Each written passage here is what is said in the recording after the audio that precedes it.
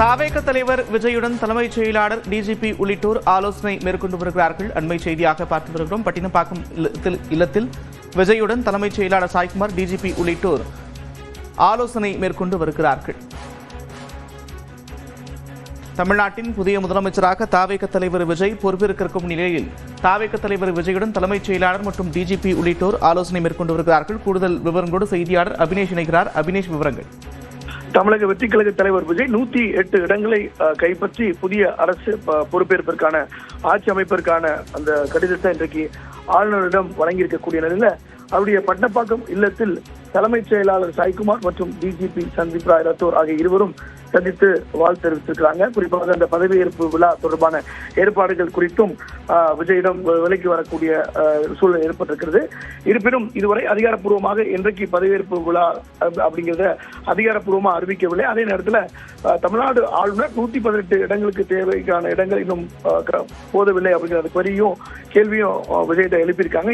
இந்த நிலையில பட்டினப்பாக்கம் இல்லத்துல அதிகாரிகள் அவருடைய சந்தித்து வாழ்த்து தெரிவித்து வராங்க. அதே போல இந்த பாதுகாப்பு ஏற்பாடுகள், இந்த விழாவுக்கான ஏற்பாடுகள் குறித்தும் விஜயிடம் விலைக்கு வராங்க. அந்த அடிப்படையில் பட்டினப்பாக்கம் இல்லத்தில் தலைமைச் செயலாளர் சாய்குமார் மற்றும் அதே போல டிஜிபி சந்தீப் ராய் ரத்தோர் ஆகிய இருவரும் சந்தித்து ஆலோசனை மேற்கொண்டு வருகின்றனர்.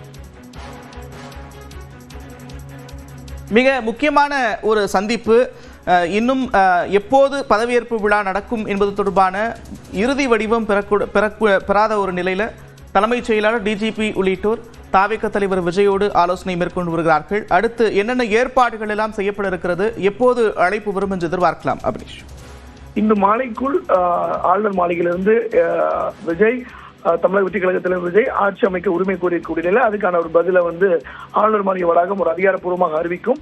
இருப்பினும் இது வழக்கமான நடைமுறை தான். டிஜிபி மற்றும் தலைமைச் செயலாளர் தேர்வு செய்யப்பட்டிருக்கக்கூடிய அந்த நிலையில் இருக்கக்கூடிய தமிழக வெற்றி கழக தலைவர் விஜயை சந்தித்து இந்த புதிய பதவியேற்பு விழாவுக்கான ஏற்பாடுகள், அங்கு எத்தனை பேர் அழைக்கப்பட்டிருக்கோம், அதுக்கான அவர்களுக்கான ஏற்பாடு உள்ளிட்ட அனைத்து விவரங்களையும் எடுத்துரைப்பாங்க. இது பப்ளிக் டிபார்ட்மெண்ட் மூலமாக, பொதுத்துறை மூலமாக இந்த விழா ஏற்பாடு செய்யப்பட்டு வருகிறது. அதுக்கான முழு விவரங்களை இன்றைக்கு தமிழக வெற்றி கழக தலைவர் விஜயிடம் விரிவாக எடுத்துரைப்பாங்க. அது தொடர்பான ஆலோசனை கூட்டம் தான் பட்டினப்பாக்கம் இல்லத்துல நடைபெற்று வருகிறது. நன்றி அபினேஷ், விவரங்களுக்கு.